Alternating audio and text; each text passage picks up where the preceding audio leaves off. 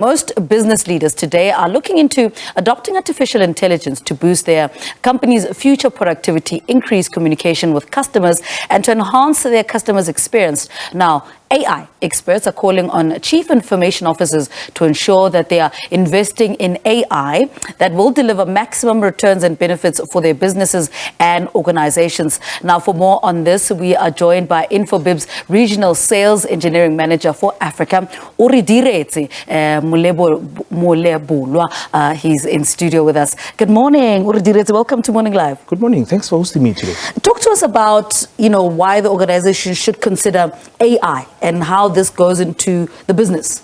So in simple terms, AI is basically the simulation of human intelligence incorporated into a computer system. So the benefits that come with it as an organization is that you get to optimize customer experience as you allow the technology to optimize how best to execute these customer experiences, for the customers. But the most important thing and the benefits that really add a lot of value is basically how it manages to reduce a lot of human errors that take place, especially if you're dealing with very important information about customers.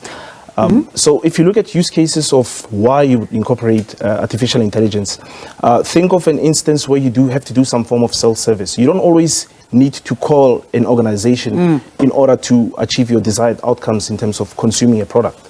So what AI does is it allows, through the incorporation of chatbots, for example, to do some form of self-service. So there's nothing stopping you in use cases where you need to do some form of think of transactional banking, and in a very conversational way.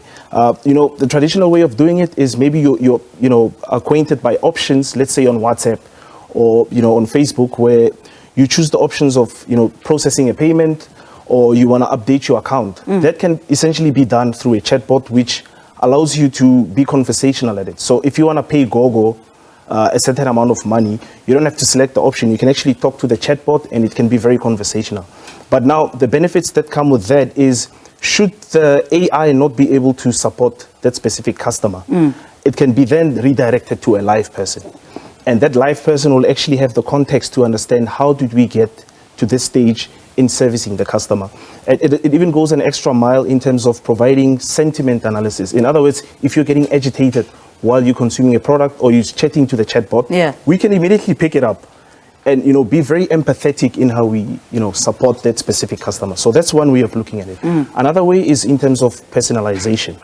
I don't know about you, but when it comes to banking, I prefer getting my transactional notifications via SMS. Yes. But anything outside that, I'm not really comfortable. Like if you're gonna sell me funeral cover on SMS, I'm not even gonna read that message. True. But if you wanna sell me a very good product, getting an email might make more sense. Right? Because you get information about the product, it's rich content, you get more information, it's more informative. So having that understanding of personalizing the experience of the customer, knowing what they like, what they don't like, is quite important. And how we do that is we have a platform that allows you to actually look at customer behavior in terms of how they're consuming the products on your website or on your app, and we're building some insights in that process. And then finally, the last way is, when is the best time to communicate to the customer, and where is the best place to find that customer? You might prefer getting certain messages at a particular time. And if you are using different banking services, there could be retail banking, corporate banking, different products that, for example, a bank provides, you wouldn't want those different departments to communicate with you simultaneously. So imagine one business unit is sending you a notification, and then the other is immediately sending you another message like 10 minutes later. That really doesn't make any sense. So having a customer data platform that allows you to get those insights to know when last did you communicate with this customer, how did they consume our product last time, it really adds a lot of value. And how do you make something like that because I imagine with DSTV, for instance, you can communicate with them about, I want to pay my bill, and automatically it just works very fast. But with my bank, I wouldn't want something like that, because it almost, it's with the banking, it's on the app. Yes, I'm getting the SMSs, but it wouldn't quite work with WhatsApp. Or am I just too, cautious? In fact, there's been a lot of adaptation of that use case on WhatsApp with banks.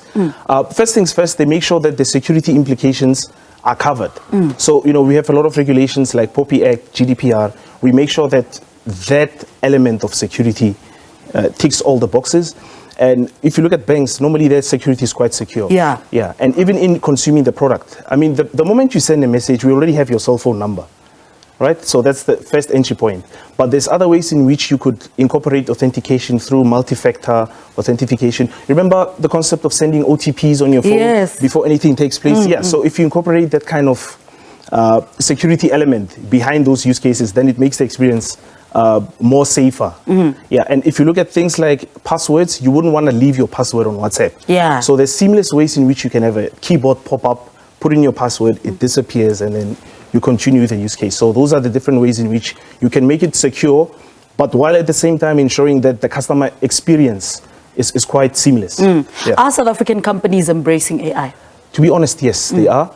Especially companies that don't have a legacy background in terms of old technology versus new. So these digital first and digital native organizations or businesses, it's quite easy for them because they don't have to consider legacy architecture on their platform or on their product offering. They can just look at the latest and the greatest in terms of what's available on technology. And chatbots and contact center solutions that are automated are the in thing at the moment. Yes. So where are we heading from here? It's 2022. What will we be talking about in 2023 and in terms of AI?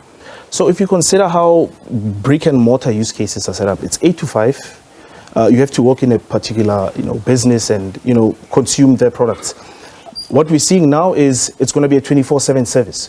Whether you want to pay your TV license in the morning or later on in the AMs, it really doesn't matter. That service is available 24/7. This enables businesses to scale out their business even beyond what they would have considered had it been a traditional brick and mortar sort of setup. So what we see in future is the connection between humans and interacting with digital products to be as seamless as possible. So there's a system called ambient computing. So think of yourself waking up in the morning, brushing your teeth, but then your screen or your mirror actually has a screen where you can look at a schedule for the day. If you have pop-up messages or you want to do some form of, self-service or maybe transfer money or whatever, you can do that while you're actually brushing your teeth. So that's how seamless we're trying to incorporate AI together with human interaction. Banking while I'm brushing my teeth. Basically, yes. All right. Before I let you go, do you think there's ever a time when we're going to phase out banking? Because I can't remember the last time I went to inside a branch because everything is technology. Are we ever going to get to that point? 100%. If you look at banks nowadays, we have Time Bank, who are neon banks. Yeah. They don't even have a physical presence anyway. So they basically digitally transformed banking use cases into the digital space. So a lot of banks are already doing that. So that's something I foresee happening even within 2 to 3 years. Most banks should be able to service their customers without them walking into it. Yeah, all right. For sure. All right. Thank you so much for talking to us. Thanks Such for your an time. interesting conversation. Orediretse is the regional sales engineering manager, I beg your pardon, for Africa at Infobip, and we've been talking about how organizations and businesses can benefit from investing in artificial intelligence.